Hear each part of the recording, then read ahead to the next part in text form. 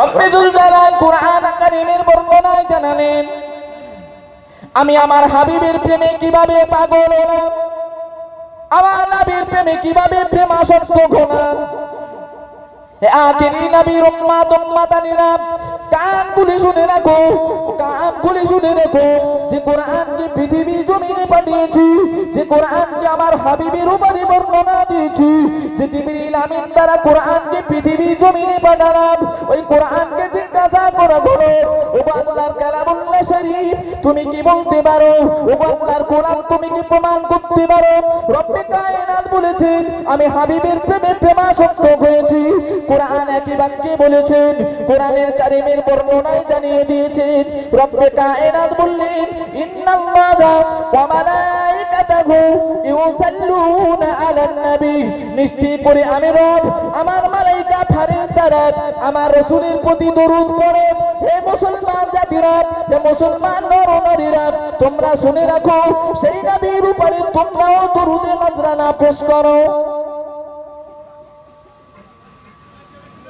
আমি কিন্তু এত নবীকে সৃষ্টি করেছি, কারোর উপরে দরুদ পেশ করি নাই, কারোর নাম স্মরণ করি না।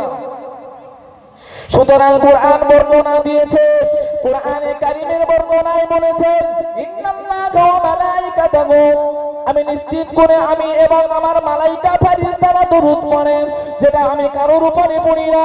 ইয়া আইয়ুহাল্লাযীনা আমানু, নিশ্চিত করে মুসলমান সম্প্রদায়কেরা, হে মুসলমান ঘরের বাচ্চারা, তোমরা আমার হাবিবের উপরে দরুদ নজরানা পেশ করো,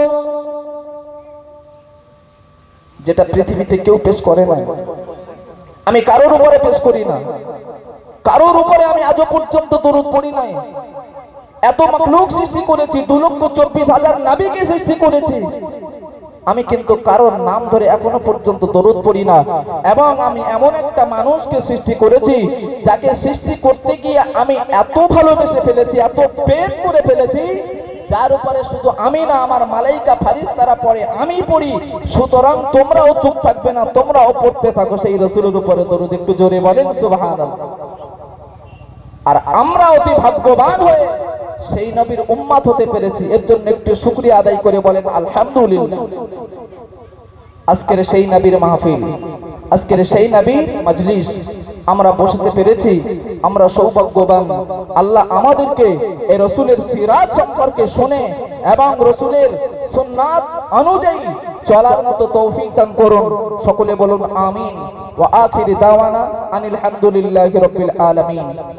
এখন আমাদেরই ওস্তাদ তিনি এসে গেছেন আপনাদের সম্মুখে, ওয়াজ নসিহত করবেন। নিঃসন্দেহে আল্লাহ পাক কোরআন ও হাদিসের ইলম দিয়েছেন, তো তাঁরই মুখ থেকে কোরআন ও হাদিসের বর্ণনায় হাবিবের সিরাত সম্পর্কে শুনে তার প্রতি আমল করার তৌফিক দান করুন। সকলে দরুদ শরীফ পড়েন, আল্লাহুম্মা সাল্লি আলা